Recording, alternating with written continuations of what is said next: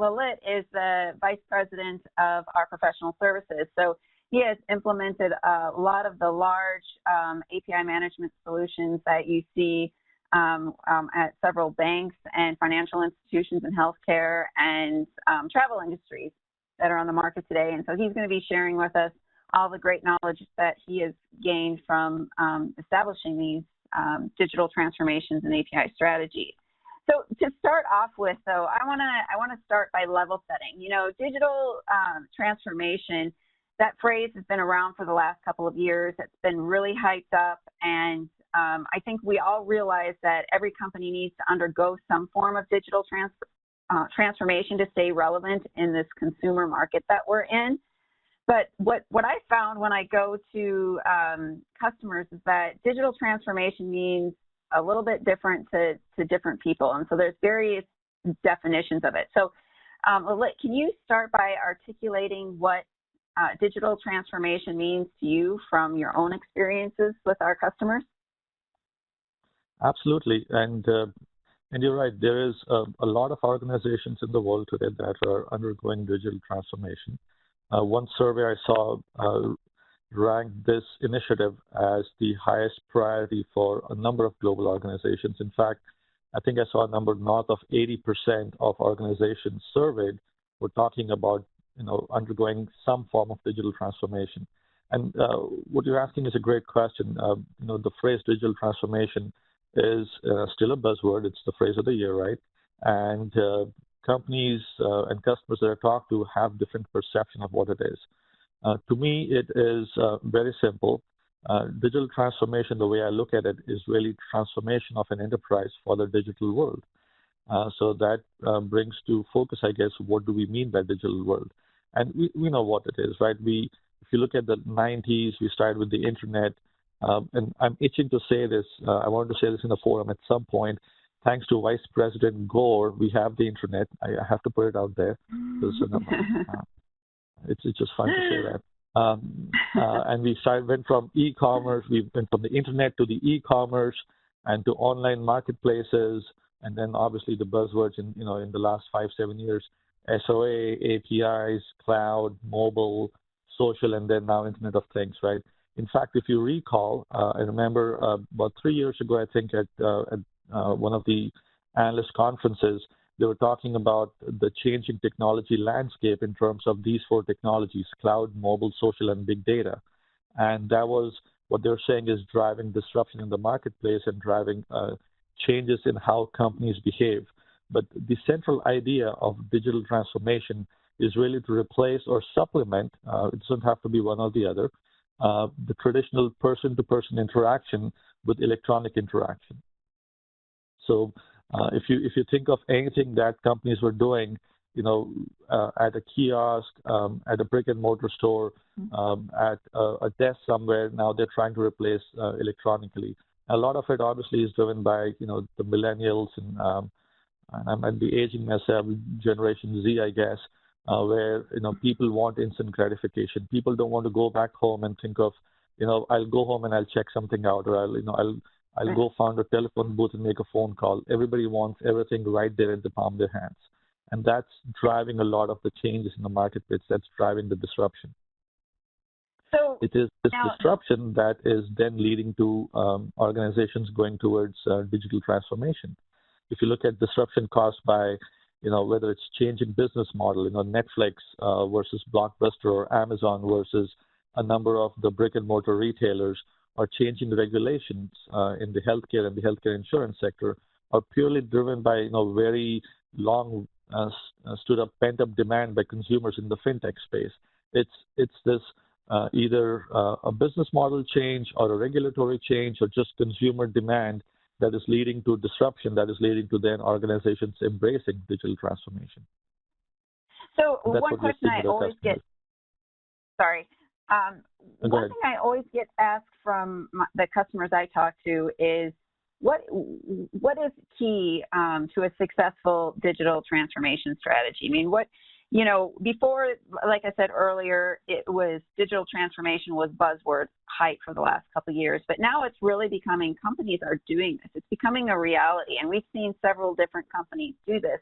what's the core thing that sets a company to be more successful or more streamlined when they go forward on a digital transformation strategy? Sure.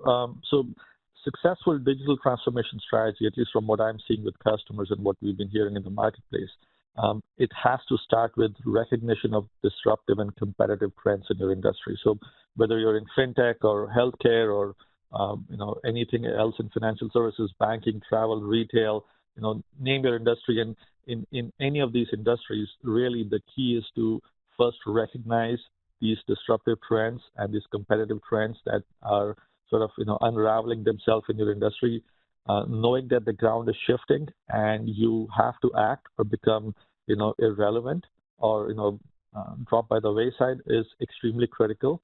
And once you recognize the change, once you recognize and accept that things are changing, you are then in a position where you can react. We know, like I said earlier, what happened to Blockbuster with Netflix and what's happening now with a lot of the media houses in the media space, the need for content management, the whole phase of binge TV watching and on-demand need for content, that's driving a lot of changes in the media world. How many of us actually go to a travel agent to book tickets? Nobody does that really. Or book a hotel room. Nobody calls an 800 number for a hotel to book hotel rooms unless you have something very specific you want to know about restaurants nearby, or what you have a microwave in the room and things like that. And even that kind of information is now being made available online, and you're seeing newer applications in the travel space that are catering to these very specific needs. And it kind of shows you the maturity of the space and shows you the maturity of how much digitization has impacted these businesses. Seamless end-user experience between an airline website versus a kiosk or a counter at an airport or a mobile app is an example of a trend you're seeing in the airline industry.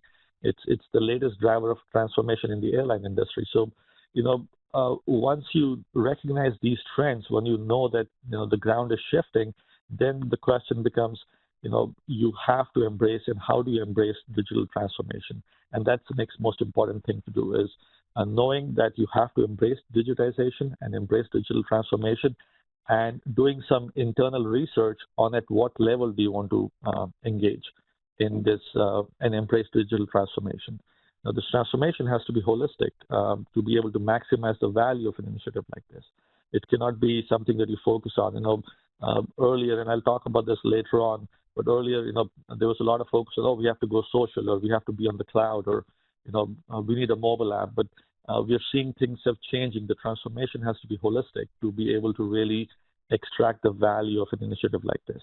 So if you look at how we define holistic, or how we are looking at digital transformation and the big picture around it, I break it down into three key areas. One is knowing how much you want to embrace the digital world.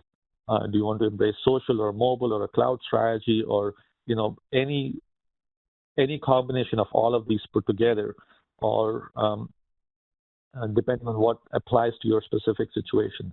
How much of your enterprise do you want to engage in? That's the other part of the equation. In this whole process, you have to make sure you're operationally, organizationally, and technologically ready to take on an initiative like this. And all aspects of your enterprise have to be engaged, right? It cannot just be one or the other. You can't just go buy a technology and think, hey, you're now digitally transformed. That doesn't work like that. And finally, the last thing is, how do you engage?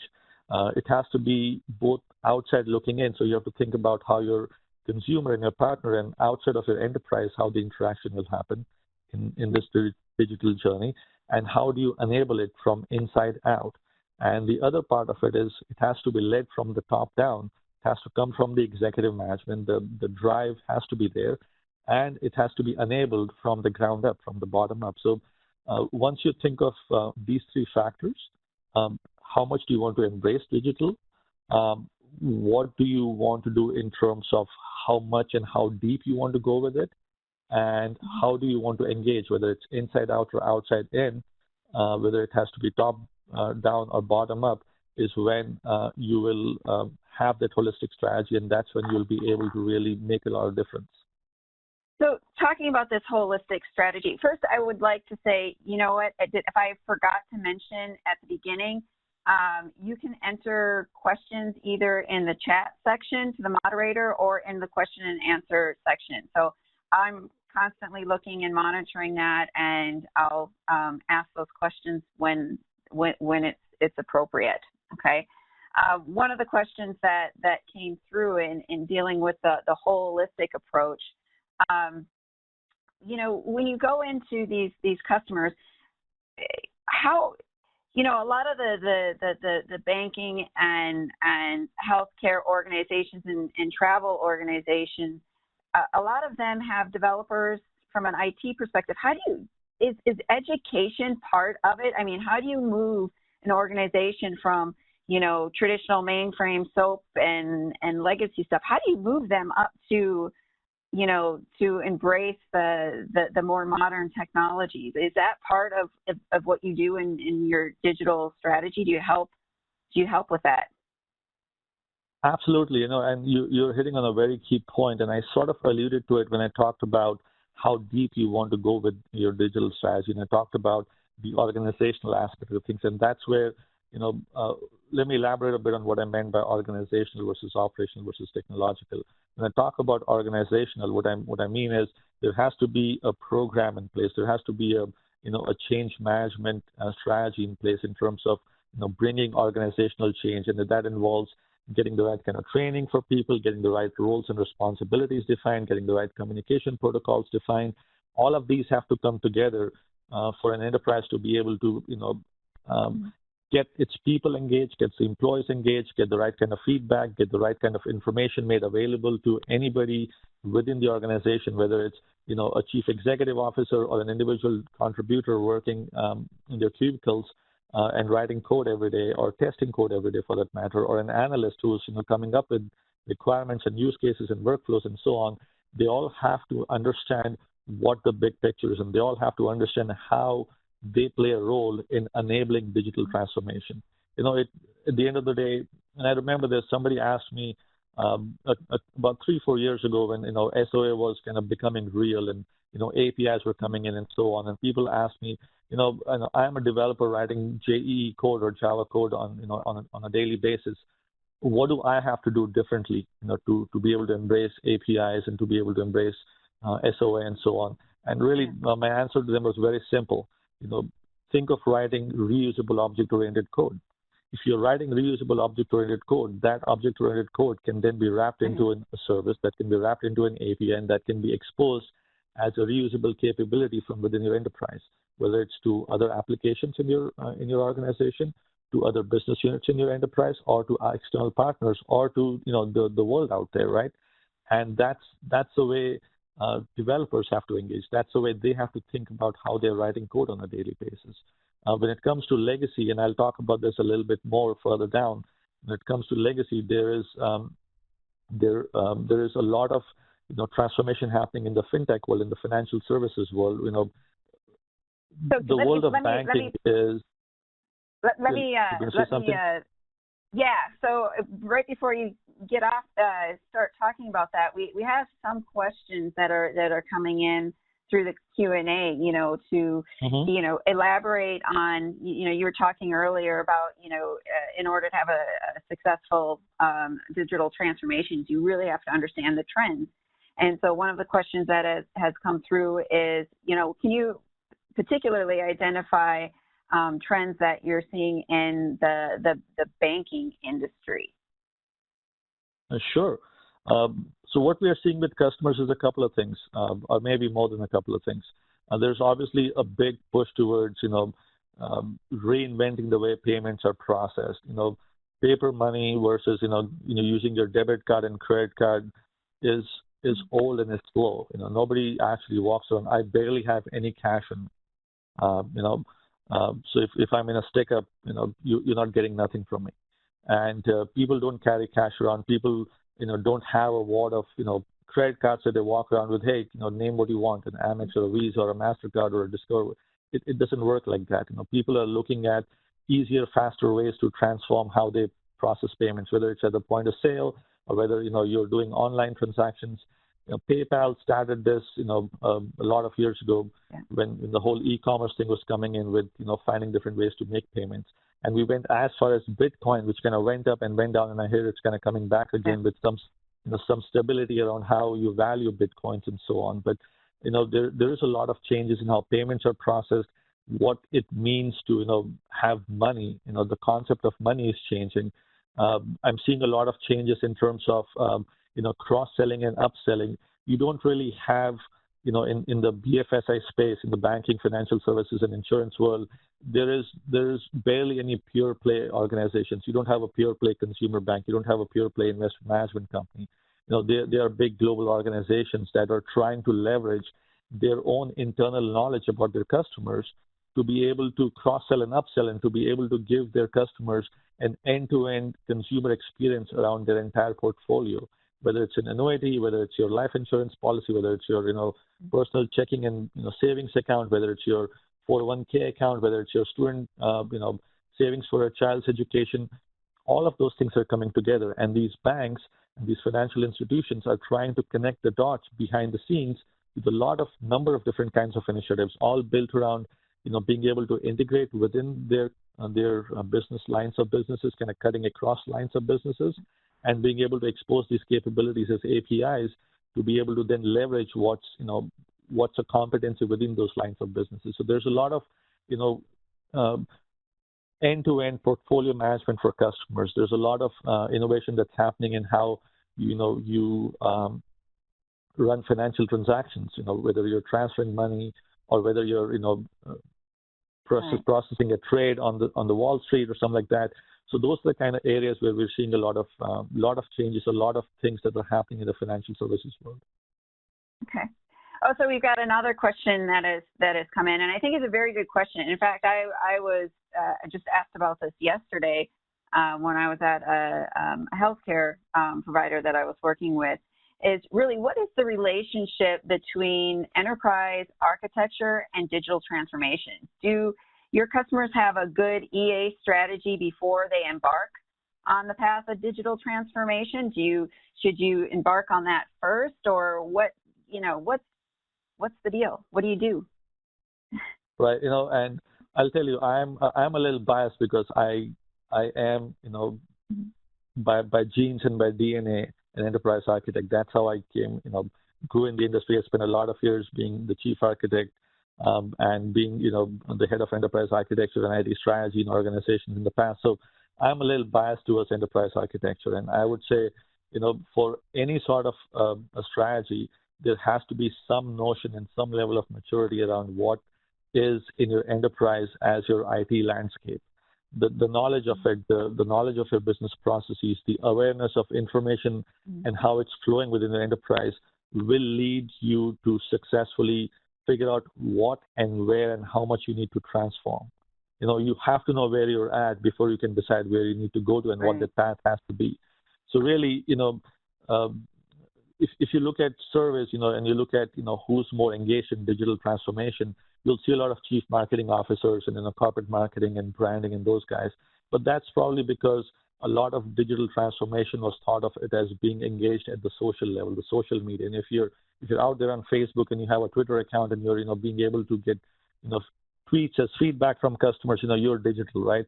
But there's a lot more to it than that. There's a lot more to your digital transformation strategy than just, being present in the social media. And that's where enterprise architecture comes into the mix. Knowing what your current enterprise IT is like, knowing where you're strong at, what's legacy, what is modernized, what is, something that is standards-based, something that's open source, something that's, easily integratable or integrable, is what will help you figure out how easy or difficult your path for digital transformation is going to be. And how do you get to that end goal of being a digital enterprise from where you're at today? So in my opinion, some notion and some level of visibility into your enterprise architecture, whether that's through a very mature centralized EA practice or through, following parts and aspects of it in terms of knowing where your current state is very important. All right, so that leads me to the next question on our list of questions that we preceded here. So we all understand now, right? It took years. I mean, I remember back in 2010, 2011, when APIs first came out, having to say, when everybody was going mobile, we need IoT, and I'm saying, well, the APIs are at the base. Well, I think now, finally in 2014, 2015, people realized APIs are at the base of a digital strategy and are very important.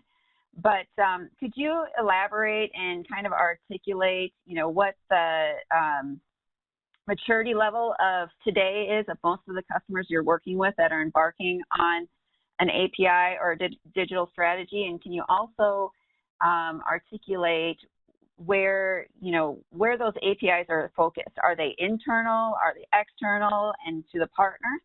And we, along with that, we got a question. One more. I'm going to have one more thing on it, and then you can go on.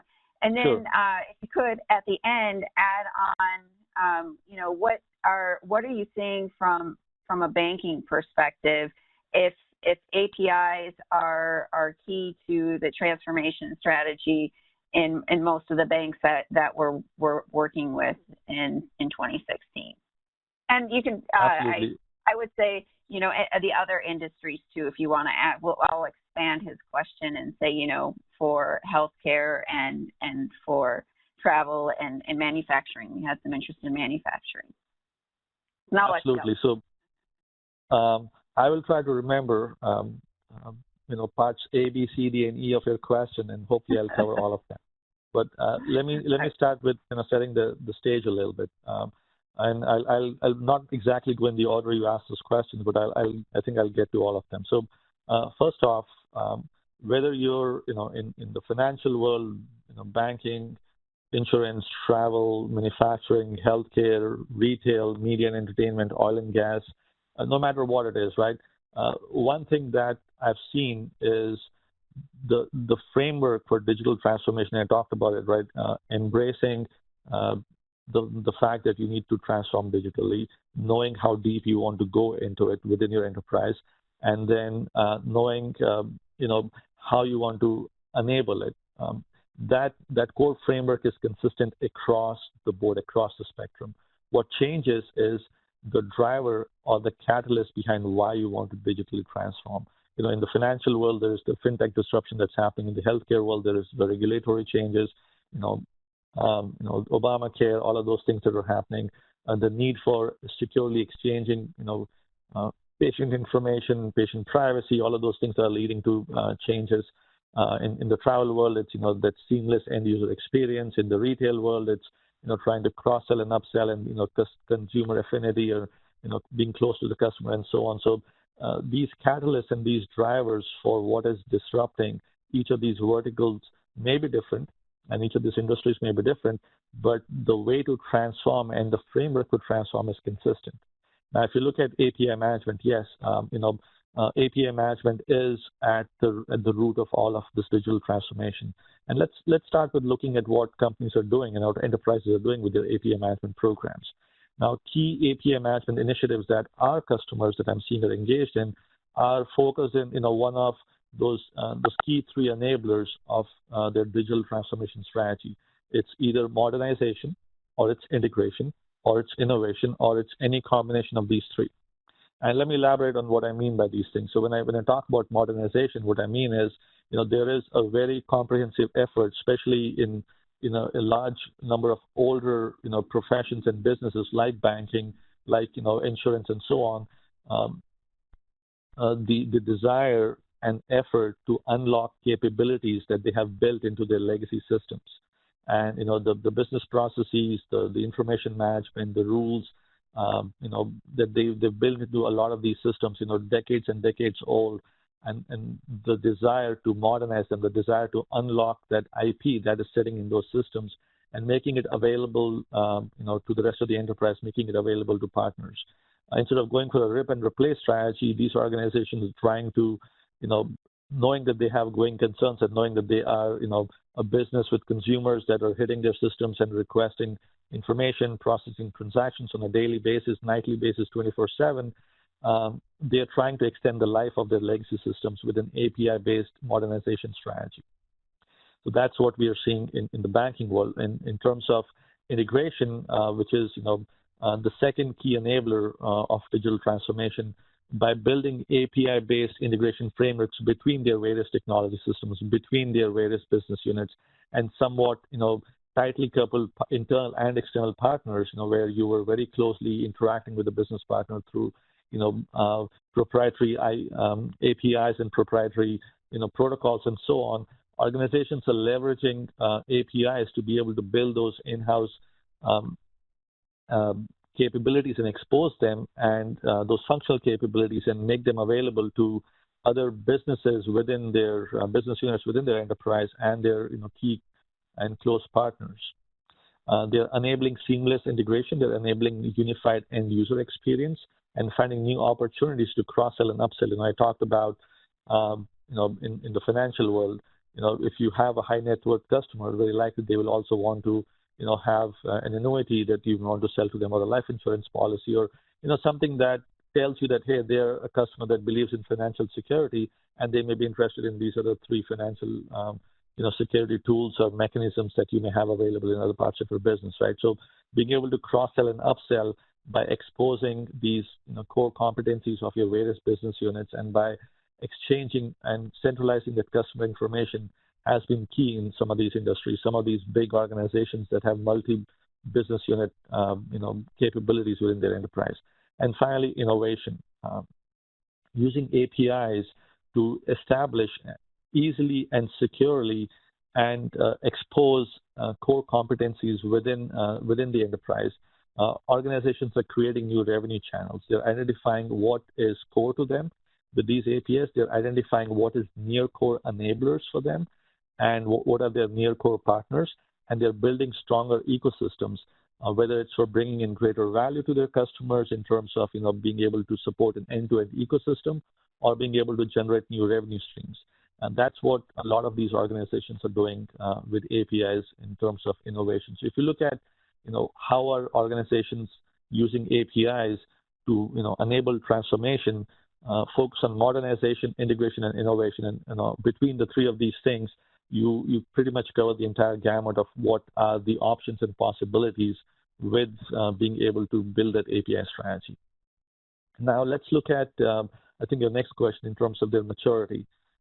What is the maturity level of customers? So across the spectrum, we are seeing consumers and our customers at different level of maturities across these three enablers of transformation.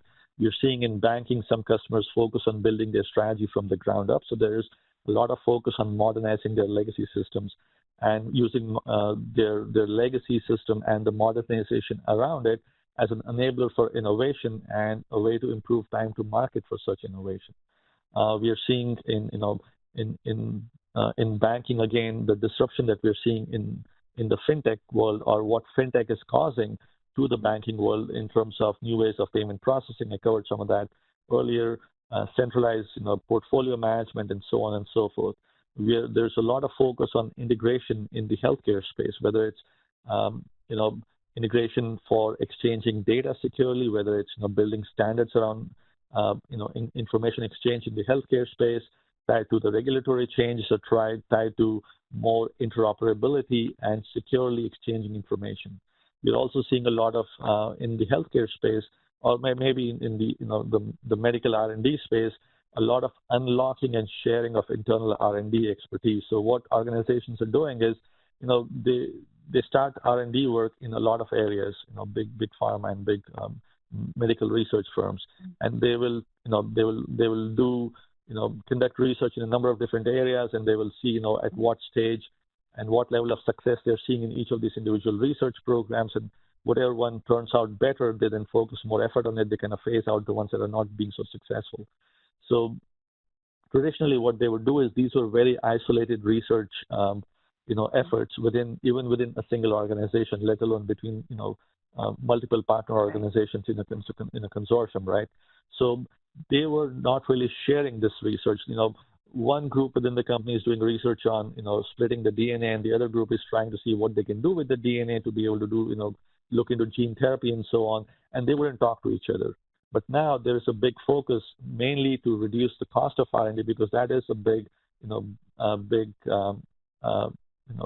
R&D dollar sink, if you want to call it, in these research organizations, and to be able to turn things around faster and beat the competition to the market in terms of bringing new drugs to the market, they are now looking at sharing this information internally. They're trying to make this information available across various research programs, and there's a lot of initiatives that are happening to be able to securely share this information, the right kind of information available at the right time to the right kind of research effort.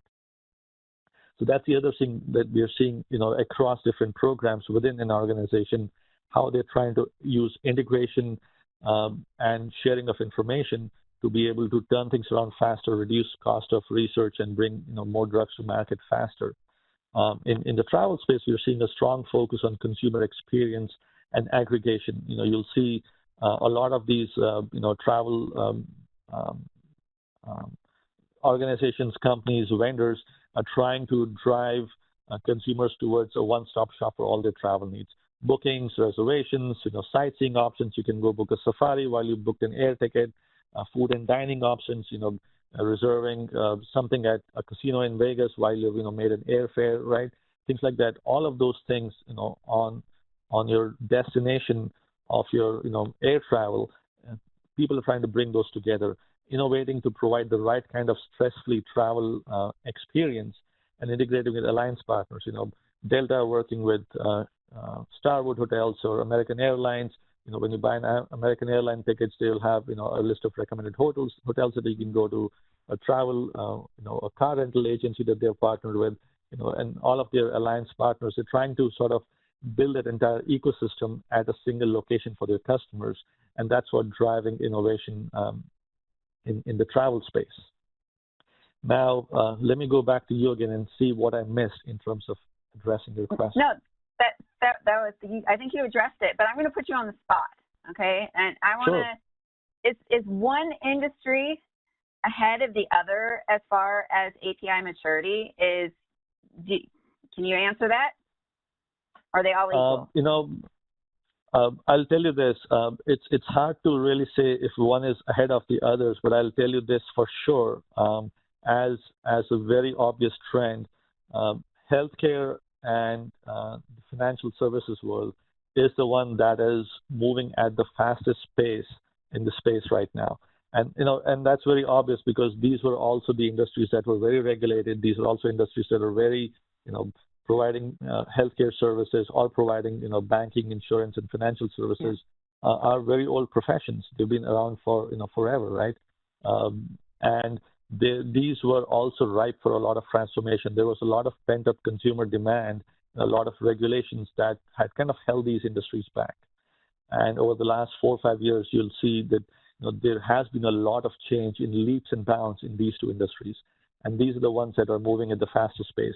Obviously, in terms of retail, where there's a lot of B2C kind of interaction, those companies, those organizations, that industry is very far ahead because they are directly tied to delighting their customers. They're very directly impacted by what the customer perception is, and they have to be very close to their consumer, the end consumer. So they obviously have been pretty far ahead in terms of adopting digital transformation. You've seen mobile apps that notify all of these retailers when you enter a mall and what path you take and what you're looking at and where did you look at, but sort of did not really end up buying something, whether it was online, breadcrumbs that they're following, or in brick and mortar stores. Those things have been happening for quite a few years now. Online coupons and giving you a coupon as soon as you're driving by a certain location. Things like that has been happening, but that's all because that was directly impacting the end consumer. But we are seeing in a very indirect way as well in organizations that don't directly interact with the consumer so much, that there's a lot of transformation and change happening as well.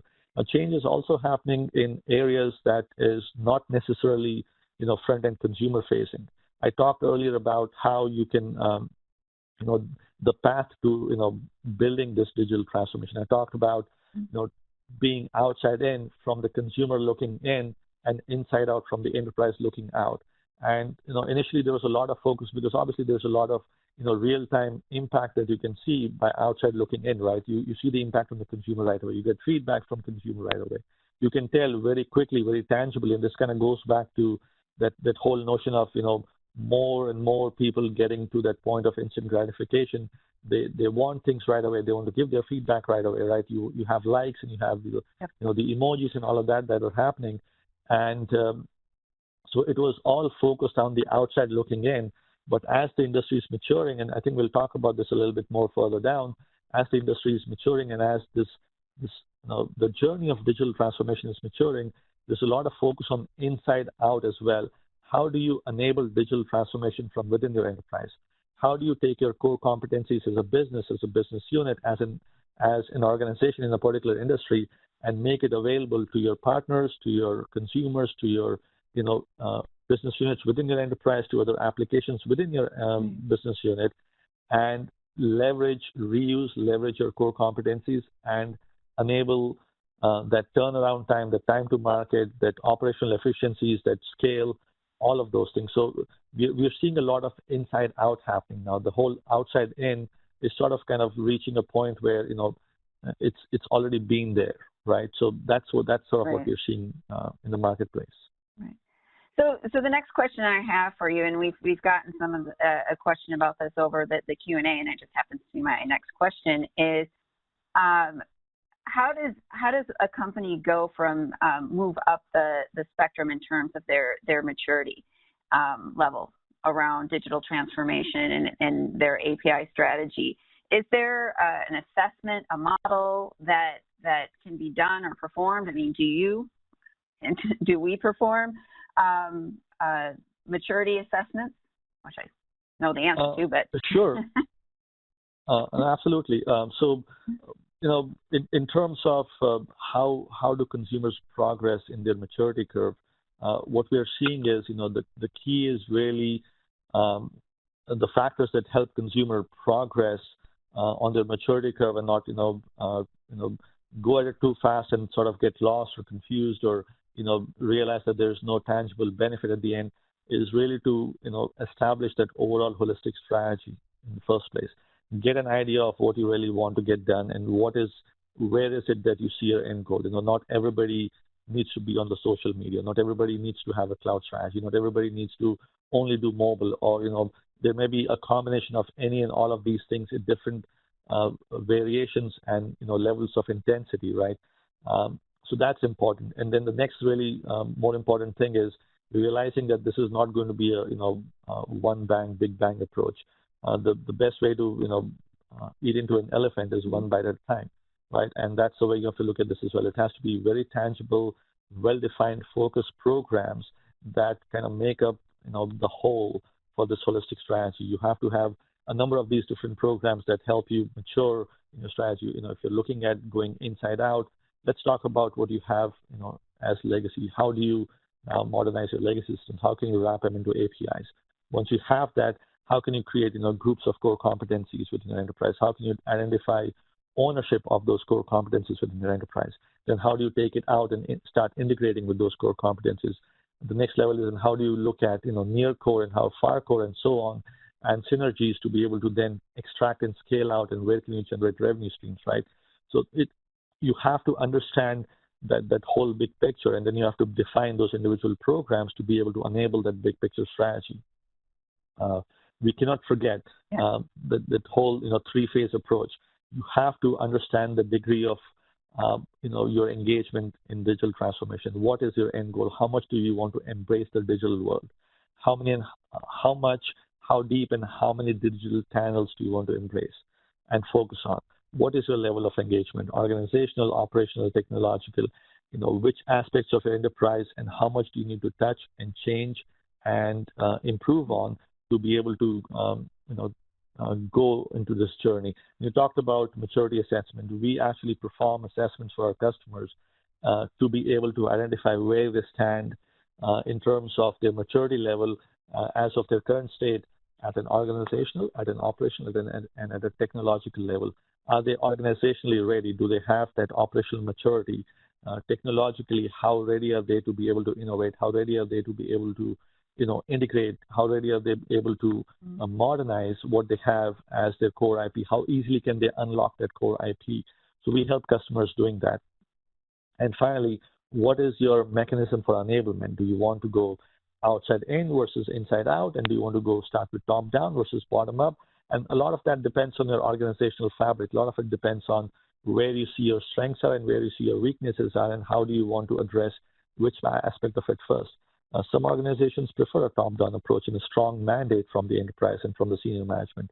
Others are more collaborative, and they prefer a grassroots approach where they want their developers to get engaged and get excited about this whole thing, and then build a community of of that transformation exercise, and then have that drive the focus at the top management, and drive investment and commitment from the management. So it kind of goes both ways. A lot of it really does depend on that corporate fabric of yours and how your organizational and enterprise culture is like. And once go ahead. Oh, I was just gonna transition there and say, I think it really it's a business strategy too. The organization plays, I think, it's such a key role. The technology will come along, and the education, I think, will come along as long as it aligns with your business and organizational strategies. I think that from what I've seen, that is key. And another aspect that plays a big role on your maturity assessment and the amount of risk you want to take with if you're going to start from inside out or outside in is security, right? Everyone, is very concerned about security. Everyone from the developer through the C-suite, we hear, about security breaches almost daily. Can you give some examples of how each industry feels about security and how it affects their API and digital transformation strategies? Absolutely. Before I go into this question, there was one point that I wanted to mention as part of my previous comments is, we talked about the API management and digital transformation maturity journey. One key thing that, every enterprise should look at establishing is defining KPIs and understanding how do you measure success, and what are your success factors in each of these, tangible contained programs and a bigger overall strategy, because knowing these metrics and defining your KPIs will help you measure and will help you improve, and it'll help you progress up along your maturity curve in digital transformation and API management and your API strategy. So there has to be a way to measure, and then you can then build that closed loop continuous improvement cycle that can then progress you further up in your maturity curve. But that said, let's go back to your question on security. Security obviously is a very big concern in the banking, financial services, and insurance world. Obviously, for the very obvious reasons, in the healthcare space, there's concerns around privacy and regulatory concerns that are imposed. But even in other industries, it is a de facto issue that we see across the board.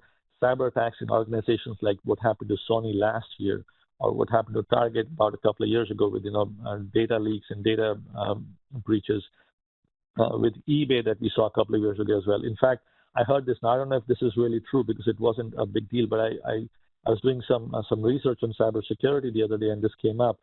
Believe it or not, somebody actually hacked into Domino's in Europe, and they threatened Domino's to leak names, addresses, and phone numbers of all those people who order pizza.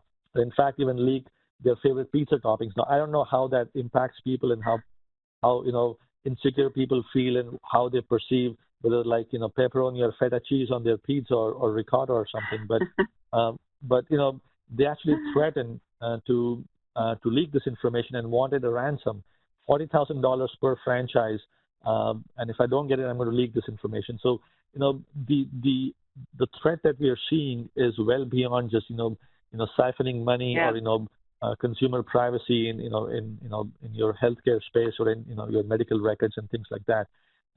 Security and privacy is a big concern across the board, across all industries.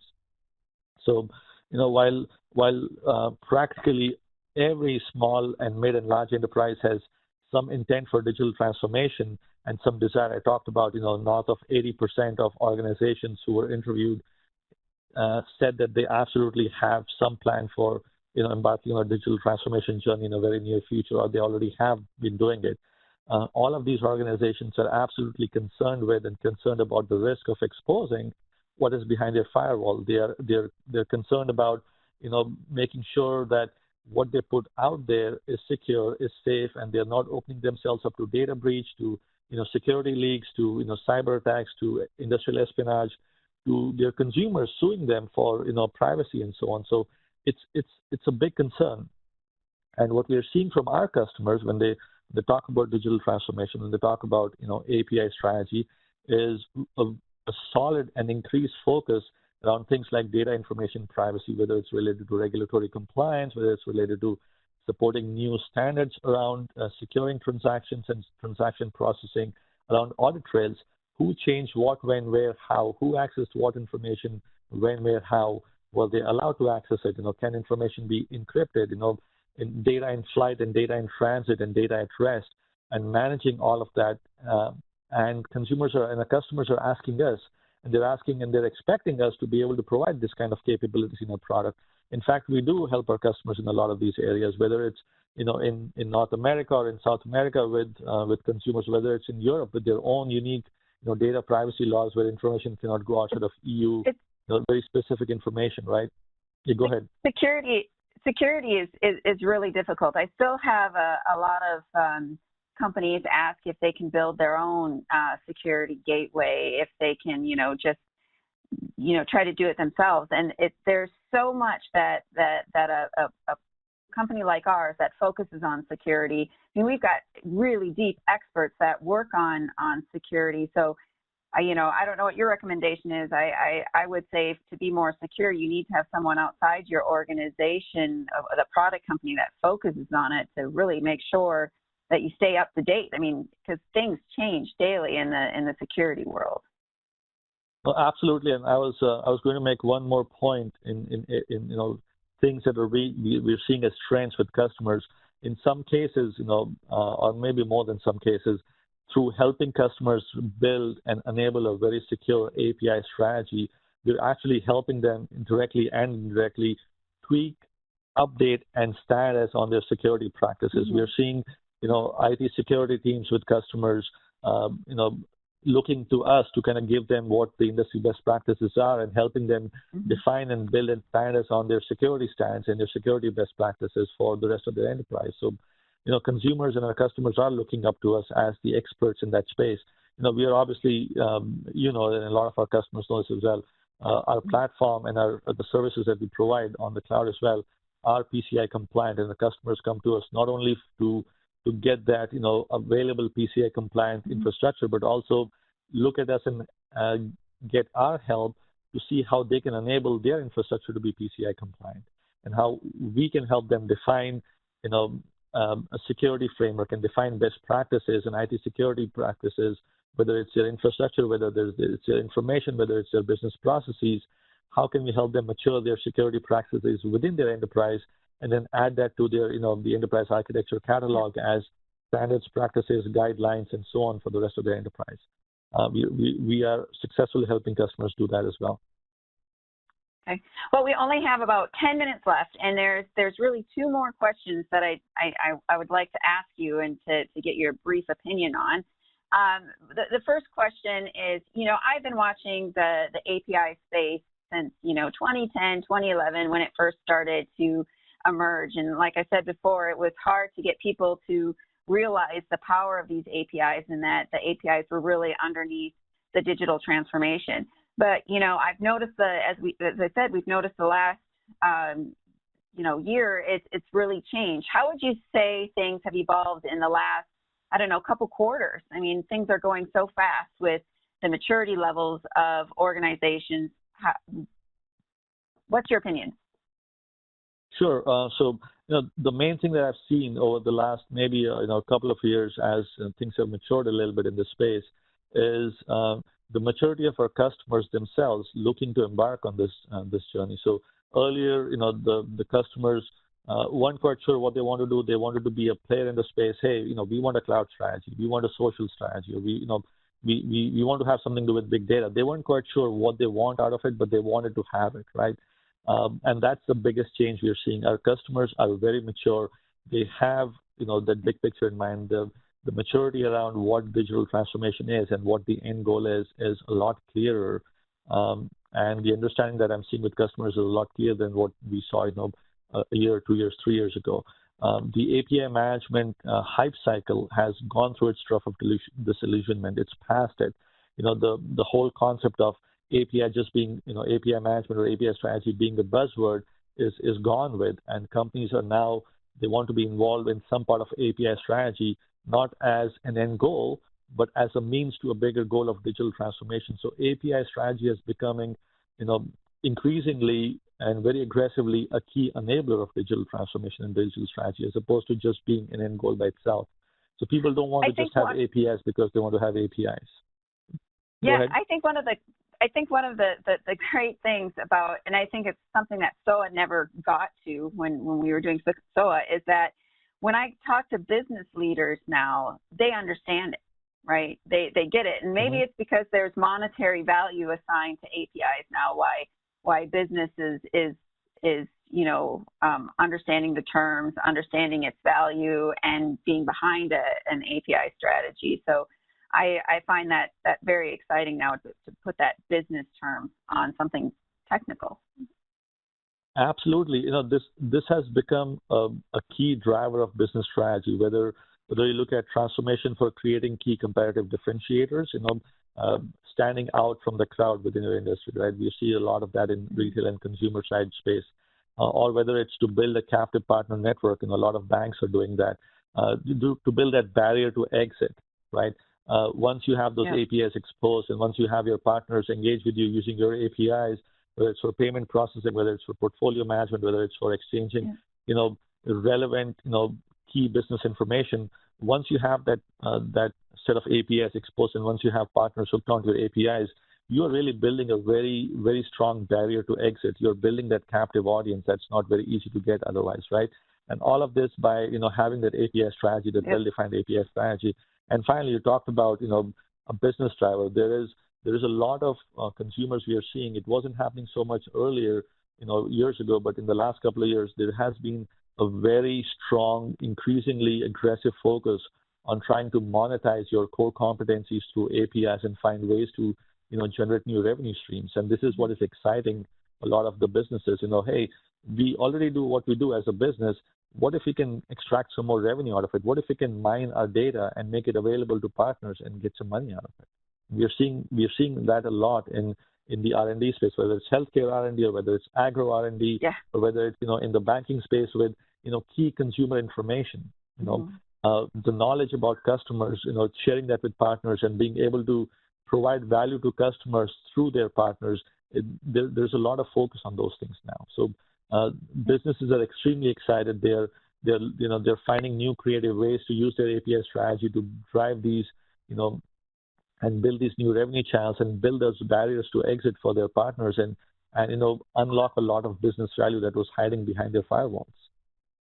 Yep. All right. So one last question here. Lalit, you've been in the field helping customers with their digital transformation strategy now for a couple of years, right? What is the first thing you do when you engage a customer, right? I'm sure you have a methodology you follow. Can you briefly, in 2 minutes, kind of describe what you do? Sure. So, the first thing we want to do is as we go work with customers is to bring some objectivity to what their understanding is of their level of maturity, whether it's organizational, operational, or technological.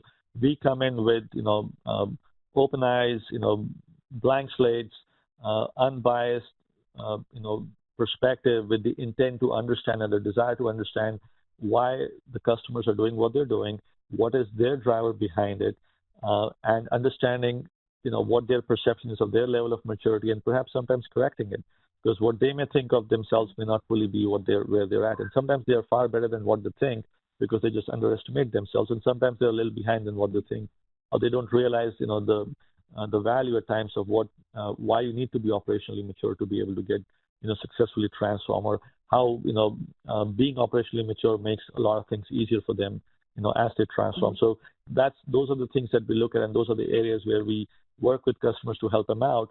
And once that understanding has been established, once the business drivers have been established around why they want to embark on a certain goal, we help customers sort of establish a strategy, from where they're at today to where they want to go to be able to support those drivers and to be able to support those goals and to work with their level of maturity. So, we call this our easy philosophy or easy methodology, and it focuses on enabling the customer to be able to set up their API strategy, driving adoption within their enterprise so they can then take that initial program, the success of the initial program, and scale out within the enterprise, and then helping them build a long-term sustainable practice around their API strategy, something that is driven by metrics, is driven by numbers, and is something that can be continuously improved on, and that they can then mature over time and grow their strategy and grow their level of maturity organizationally, operationally, and technologically as they advance in the journey. And that's really sort of the gist of how we help customers. Obviously, there's a lot more detail that goes into it. By the way, the why of the easy is building that enablement, that adoption, and that sustainability program and process focused on that organizational fabric, that corporate culture of you as a customer, for very uniquely for each customer, whether it's in any industry vertical or whether different customers in the same industry, they all are at different levels of maturity. They all have different ways of how they manage change, they communicate within the company, and we look at all of those things and we build a program driving success that is catered to that unique customer in that unique space. And it changes from customer to customer, and it varies from every individual customer we run into. And we make sure that our program, the pace of it, the level at which we are maturing, is tied to where the customer is at that given point of time and how quickly they want to go to that next stage. Okay. I can always share more information. You can reach out to me. You can go to our website. But I'll leave it at that for now.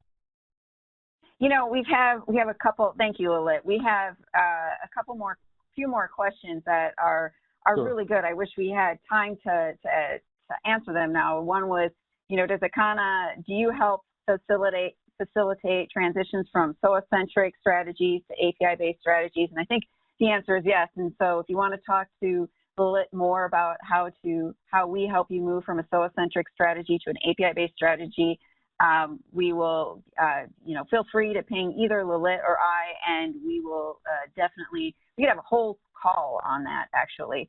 And the other really cool question that I really wish we would have got time to, but I didn't ask it because it's a very cool question and would take a whole time just for itself, is, from our perspective, can you provide from our perspective, what is the relationship between SOA and microservices and APIs and containers, and how will this transform IT application development and deployment? I think, that's a talk on its own, and we would love to answer that question. So we'll either come back and answer that question in another call, or we'll write a paper and publish it for you. And yes, we'll have, everybody can have access to this deck that we are provided through this call, and you can have a replay and re-listen to the great answers Lalit provided. We'll have it posted on our website in a couple days. So with that, Lalit, thank you so much for sharing your knowledge with us. It's been great, and we're going to have to do this again. I think this type of sharing helps everybody learn, and it was wonderful. Thank you. Thank you as well, Laura, for moderating the call, for asking all of these questions, and leading me towards where our attendees today are looking for answers on, and for everybody else who indulged me for the last hour listening to me ramble about how I think of digital strategy and API strategy and transformation. It's obviously a very important area that Akana as an organization focuses on and helps customers. It's very close to my heart as well, and we feel very passionately about helping customers get to that point and that they run of transformation successfully and at a pace that works for them within their enterprise. So it's something that we care about a lot. We are extremely passionate about. And Laura, like you mentioned, maybe we can do a follow-on webinar on some of these topics. They are truly topics worth conducting individual webinars on, or we can blog about them or write some white papers, or maybe answer some of these questions. And you guys can submit questions for the next couple of days, and we'll probably just publish these questions and write in our answers and make them available to you guys as well. Thank you again. All right, thanks.